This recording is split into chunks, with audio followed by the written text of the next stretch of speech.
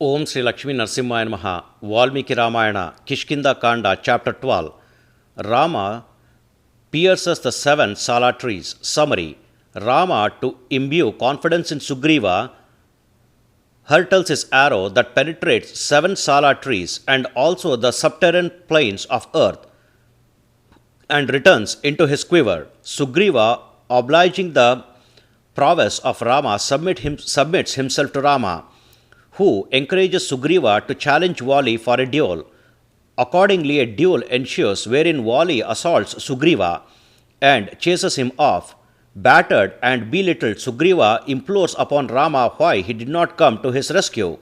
Rama states that he could not make out difference between the two brothers, for they are alike. Rama asks Sugreeva to wear a garland and again challenge Vali. So, with that identification of garland, he could aim his arrow at the other dueller. Again, they all advance towards Kishkindha for the duel with Vali. Chapter 12 in detail. On hearing the well-spoken words of Sugreeva that expressed doubt about Rama's valor, that great resplendent Rama took up bow to inculcate credence in Sugreeva. Rama, the bestower of dignity to the sufferers, took up his dreadful bow, aimed at a Sala tree, and darted single arrow, by which all the directions reverberated with the twang of his bowstring. The golden arrow released by the mighty Rama perforated all the 7 Sala trees and even the levelled areas of mountain, and then entered the earth. Thus, that arrow which briskly drilled all the Sala trees came up in a movement from under the earth, and again swiftly re-entered the quiver of Rama.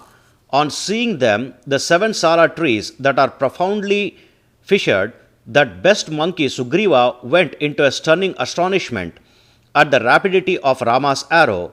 Highly gladdened, Sugreeva made palm fold in that astonishment, kneeled while his ornaments dangled, and prostrated before Raghava with his head touching the ground.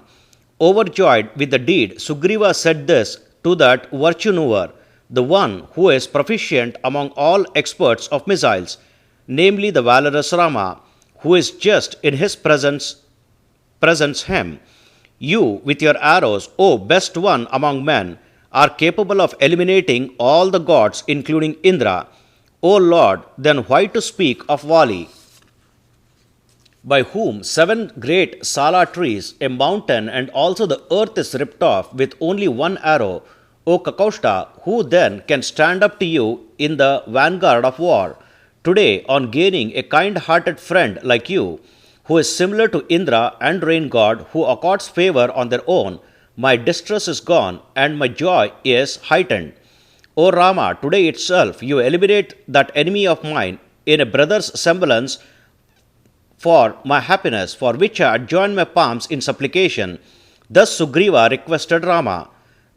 That great, percipient Rama embraced Sugreeva, which Sugreeva is pleasant in his look, for he gained confidence by now, and who is an alternate of Lakshmana to partake Rama's affection.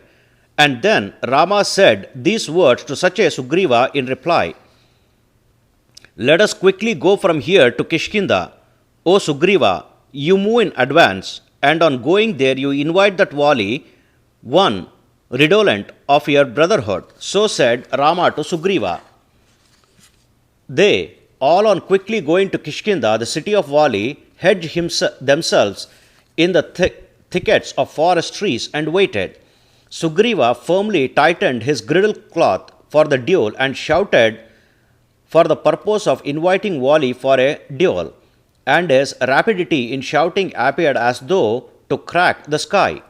On hearing his brother shouting, that great mighty Vali is infuriated and impetuously rushed out of his palace chambers, like the sun falling back onto sky from his dusking brink. Then a very tumultuous and awful fight occurred between Vali and Sugreeva, which is like the awful fight between the planets Mercury and Mars in skies. Those two brothers who are convulsed in Frenzy battered each other in that fight with their thunderbolts like palms and lightning like fists. Then Rama, welding bow in his hand, watched those valiant ones that are alike in their appearance, like the Ashwini's twins among gods, for which reason Raghava could not differentiate between Sugreeva or Vali, for the same reason did not make up his mind to release his arrow. Otherwise, it would have been a deadening arrow, as confusion is the only reason for Rama. Meanwhile, Sugreeva is unable to spot out his benefactor Raghava, as Vali whacked him down, and thereby he immediately fled to Mount Rishamukha. Sugreeva is debilitated and enervated by Vali's thwacking, his limbs soaked in blood, and he entered the great forest of Rishamukha as Vali chased him. On seeing Sugreeva's entry into the forest of Rishamukha, Vali said to him, "You are let off for now." And saying so, he returned to Kishkindha from there in the view of fear from curse of sage Matanga. Raghava also came to that forest along with his brother Lakshmana and along with Hanuma, where the monkey Sugreeva fled. Seeing the arrival of Rama with Lakshmana, Sugreeva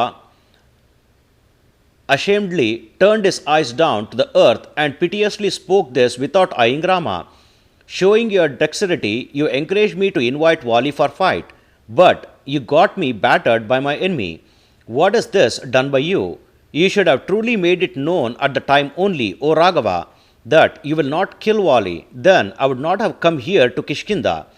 Rama replied that great-souled Sugreeva, who is speaking woefully with pathetic words in this way, "Sugreeva, by which reason I have not let off an arrow such as that of mine, that reason may be heard, and let the anger be discarded.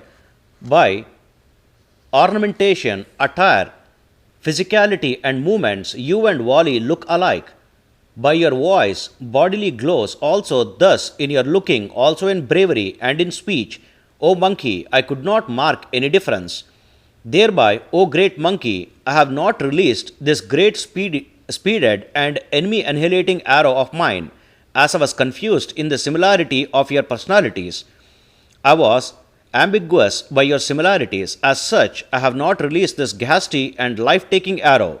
Otherwise, the basic object of ours will be ruined, isn't it? When my unawareness and fallacy hazardously afflicts none but you in the form of my own arrow, O brave Lord of Monkey, then I will be establishing my own imbecility and nativity, isn't it? Eliminating one who is protected means a terrifying sin of highest order. Even so, myself and Lakshmana and also thus Sita with her exquisite glow are all dependent on you, and you are our shelterer in this forest. Therefore, O monkey, again you fight with him without doubting me, and I will render him ineffective at this moment only with a single arrow of mine. And you can see Vali squirming on the ground. You have an identification for yourself, O Lord of Monkeys, by which you can be identified when you are engaged in duel. Lakshmana, pick up this Gaja creeper that is beautiful in its appearance, and let this noble souled Sugreeva be garlanded with that. So said Rama to Lakshmana. Then Lakshmana plucked that Gaja creeper with flowers growing at the foot of the mountain and slung it like a garland around the neck of that Sugreeva. He, that prosperous Sugreeva, with that flowery creeper adoring his neck, then shone forth like a black rain cloud against a backdrop of rich ochre color of sunset, and with a train of herons adoring that cloud like a garland. He, that Sugreeva, whose physique became effluent by that creeper garland, is again emboldened by Rama's words, and he again advanced to Kishkindha with Rama and reached it again. Thus, this is the 12th chapter in Kishkinda Kanda of Valmiki Ramayana, the first epic poem of India. Sri Moola Rama Vijayate. Om Sri Krishnarpanamastu.